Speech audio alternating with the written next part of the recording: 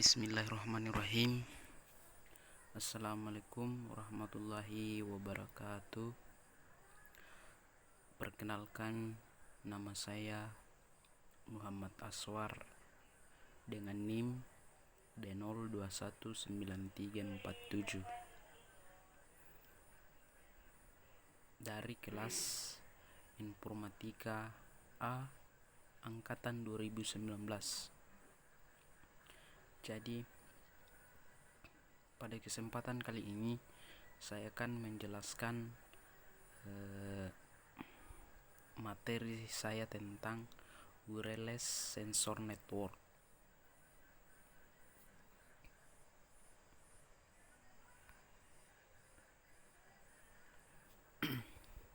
Adapun materi saya yaitu implementasi wireless sensor network pada pemantauan kondisi struktur bangunan menggunakan sensor accelerometer MMA 7361. Bangunan adalah salah satu sarana dan prasarana yang sangat penting dalam kehidupan manusia. Oleh sebab itu, ketika suatu bangunan mengalami kerusakan, entah itu disebabkan oleh bencana alam yang tidak dapat diprediksi ataupun umur bangunan itu sendiri, akan memberikan efek sangat besar terhadap kehidupan manusia. Untuk mengatasi hal ini yaitu dengan cara menerapkan wireless sensor network pada pemantauan kondisi struktur bangunan dengan menggunakan sensor accelerometer MMA 7361, mikrokontroler Arduino Uno, modul transceiver, personal komputer atau PC, dan aplikasi monitoring DLP 2010, sehingga dapat lebih mudah, ringkas, dan menggunakan tenaga yang rendah, tetapi dapat mengumpulkan semua informasi berupa data percepatan getaran yang diperoleh masing-masing node client dikirim menuju ke node server secara berkala dan ditampilkan secara grafik sekaligus nilai dari data percepatan getaran pada personal komputer dengan menggunakan aplikasi monitoring DLP 2010 tanpa user harus memantau langsung objek yang dituju. Hasilnya masing-masing node client mampu mengirimkan data percepatan getaran yang didapat dari beberapa jenis struktur bangunan kayu, triplek, dan beton kepada node server.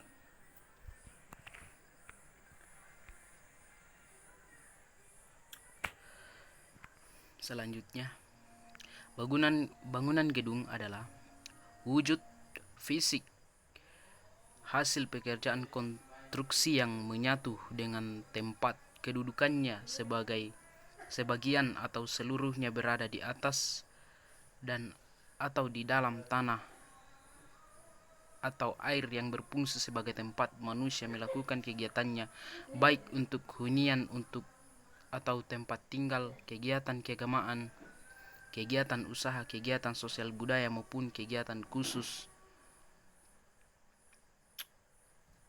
Undang-Undang Nomor 28 Tahun 2022. Bangunan salah satu sarana dan prasarana yang sangat penting dalam kehidupan manusia. Oleh sebab itu, ketika suatu bangunan mengalami kerusakan, entah itu disebabkan oleh bencana alam yang tidak dapat diprediksi ataupun umur bangunan itu sendiri, akan memberikan efek sangat besar terhadap kehidupan manusia. Di dalam mendesain bangunan dengan struktur yang aman, maka harus tercipta standarisasi building code serta metodologi desain. Namun struktur bangunan yang aman maka harus tercipta standarisasi. Namun struktur bangunan dalam masa pemakaiannya dapat mengalami pembebanan yang tidak diantisipasi dalam desain sehingga kelamaan menyebabkan penurunan kualitas struktur dan kerusakan dengan cara yang tidak dapat diprediksi.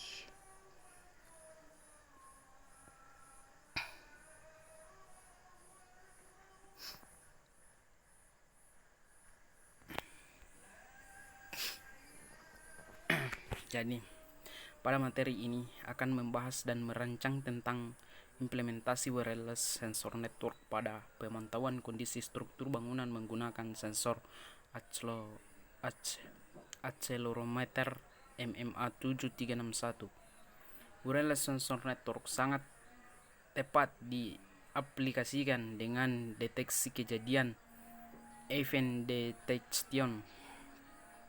Wireless sensor network ini terdapat dari node yang bersifat individu yang dapat berinteraksi dengan lingkungannya. Saat ini, khususnya di Indonesia, penggunaan sensor untuk pemantauan masih terbilang minim, yang masih mengandalkan pemantauan manual dengan menggunakan manusia sebagai permasalahan.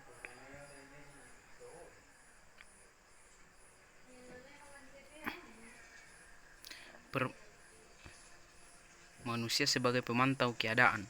Melihat permasalahan yang terjadi, penulis mengusulkan sistem yang dapat mengatasi permasalahan pada pemantauan kondisi struktur bangunan dengan cara mengimplementasikan wireless sensor network pada pemantauan kondisi struktur bangunan menggunakan sensor accelerometer MMA 7361. Baik, pada pembahasan selanjutnya yaitu struktur bangunan.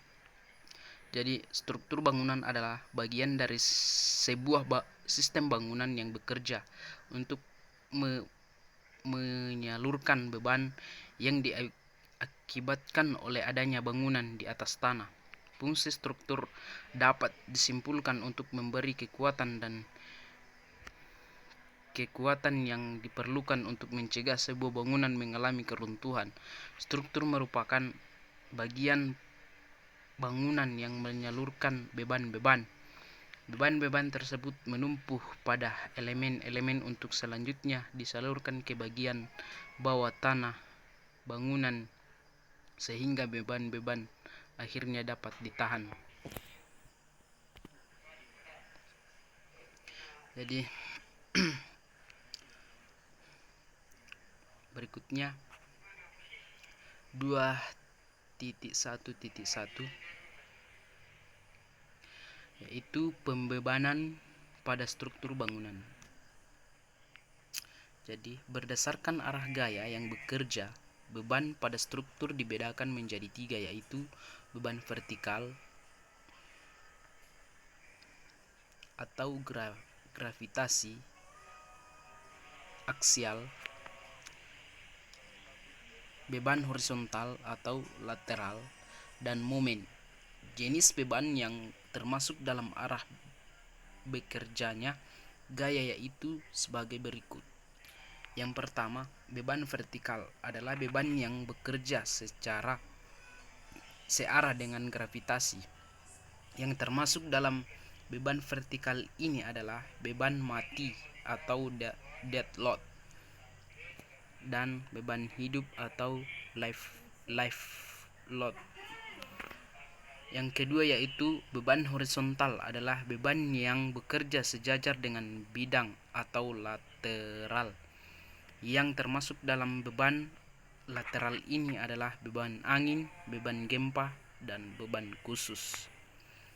Yang ketiga yaitu gaya momen adalah gaya yang timbul akibat perilaku struktur terhadap gaya aksial atau gravitasi yang terjadi atau direncanakan berbanding lurus dengan ukuran penampang struktur yang mengenainya.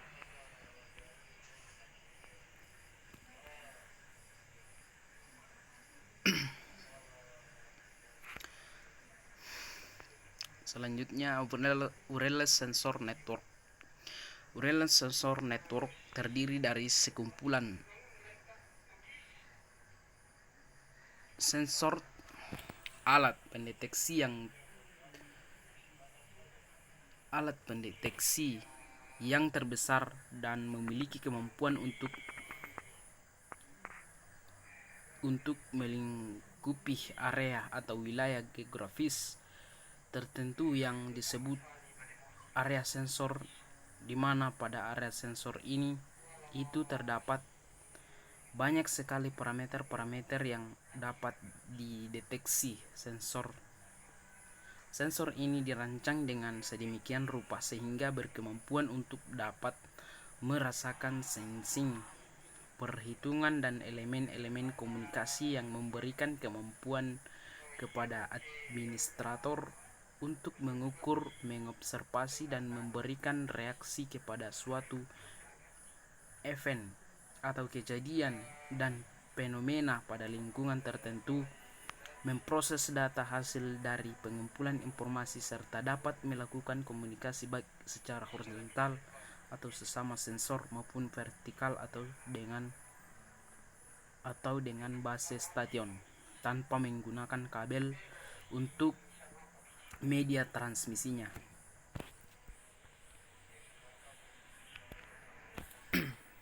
Berikutnya, sensor accelerometer MMA 7361.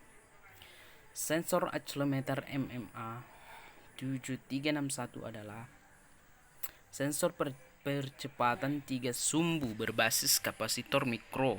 Fitur utama dari sensor ini adalah dapat dihubungkan dengan mudah ke sebuah mikrokontroler secara analog. Nilai percepatan di setiap sumbu diberikan sebagai sebuah tegangan analog. Modul ini beroperasi pada tegangan FCC 3V atau 5V. VCC 3V atau 5V sehingga dapat dengan mudah dihubungkan ke berbagai jenis mikrokontroler. Semua pin pada sensor accelerometer MMA 7361 tersedia pada pin-pin header. Pada modul ini terdapat regulator tegangan 3V dan indikator LED untuk kemudahan dalam pengoperasiannya.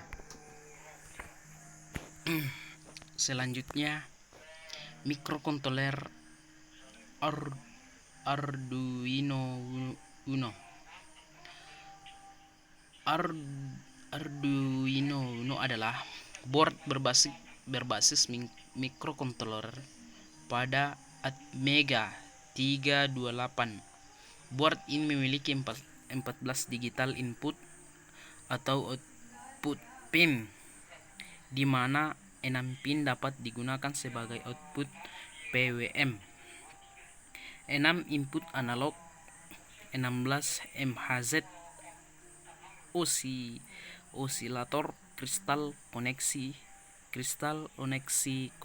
USB, jack listrik, tombol reset. Pin-pin ini semua yang diperlukan untuk mendukung mikrokontroler. Sedangkan untuk menghubungkan ke komputer dapat menggunakan kabel USB atau sumber tegangan yang bisa didapat dari adaptor AC DC atau DC atau baterai. Selanjutnya, modul transceiver NRF 24L01 merupakan salah satu modul tanpa kabel yang menggunakan gelombang radio frekuensi RF. Modul NRF 24L01 memiliki keunggulan dalam hal ultra low power 2 Mbps RF transceiver untuk frekuensi 2.4 GHz dapat digunakan untuk komunikasi dua arah, yaitu mengirim atau transmitter dan menerima atau receiver, dengan jangkauan jarak yang cukup jauh dan harga yang relatif murah, menjadikan NRF24L01 sebagai modul komunikasi yang banyak digunakan.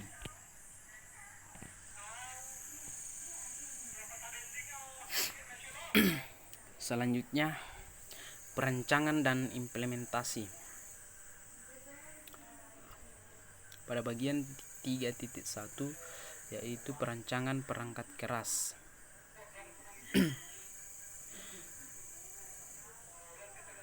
Tiga titik satu perancangan prototipe struktur bangunan. Pada perancangan prototipe struktur bangunan menggunakan tiga jenis kontribusi bangunan, yaitu kayu, triplek, dan beton dengan ukuran panjang 150 cm, lebar 40 cm, dan tinggi yaitu 50 cm.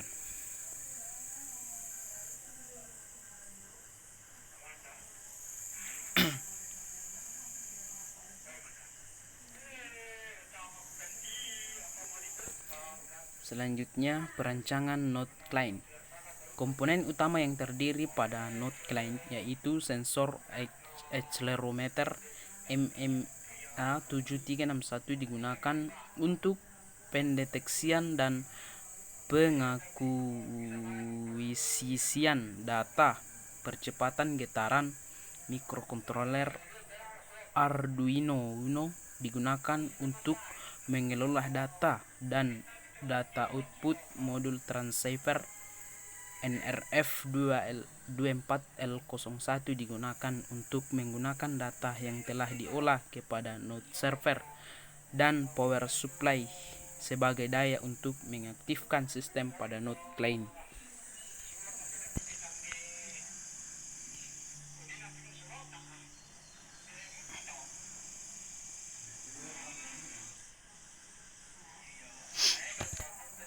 Selanjutnya, perancangan node server.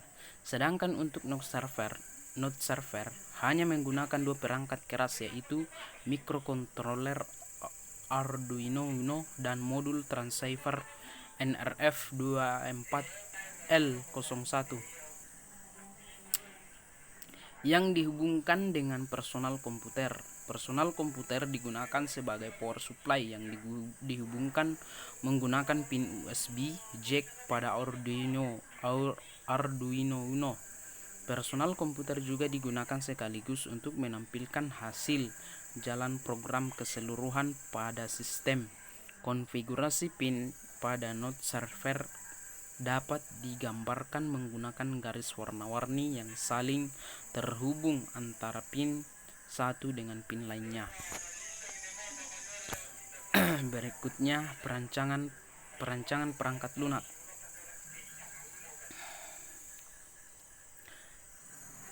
3.2.1 Perancangan algoritma aplikasi. Monitoring Delphi 2010. Aplikasi monitoring Delphi 2010 memiliki peran sebagai user interface dalam menampilkan data percepatan getaran yang dikirimkan dari masing-masing node client. Tampilan pada aplikasi monitoring Delphi 2010 berupa grafik dan nilai.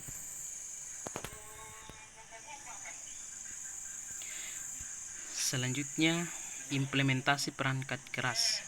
Pada implementasi perangkat keras terdiri dari implementasi prototipe struktur bangunan serta implementasi node client dan node server.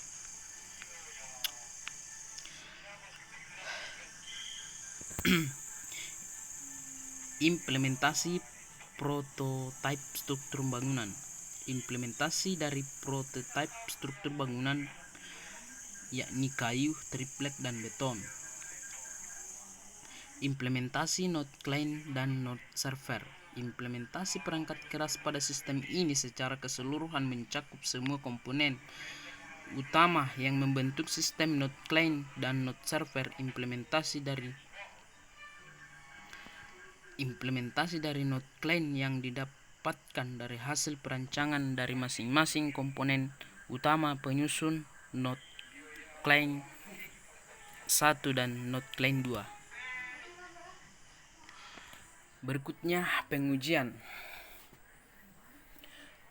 fungsional.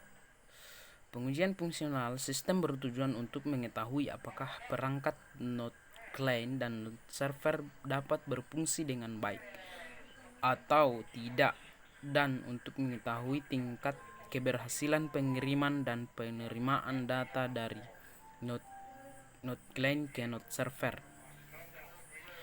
Berikutnya analisis pengujian. Penulis menganalisis dengan melihat hasil tampilan grafik dan nilai perubahan data yang terjadi ketika dikenai pukulan, maka dapat disimpulkan perangkat pada sistem berfungsi dengan baik. Selanjutnya pengujian jarak node dan range.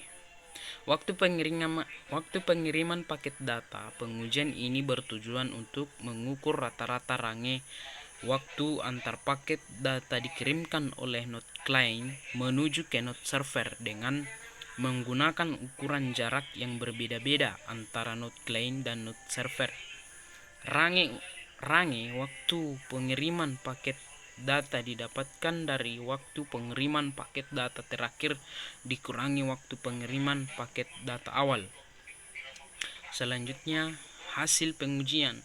Dari pengujian yang telah dilakukan, didapatkan hasil pengujian tersebut dijelaskan tentang memberikan jarak antara node client dan node server sebesar 1M, 5M, 10M, dan 10M atau beda ruangan.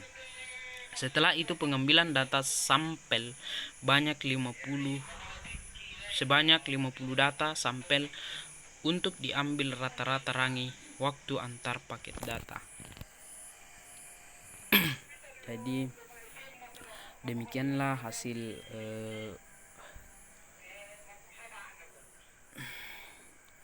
dari materi saya tentang wireless sensor network. Semoga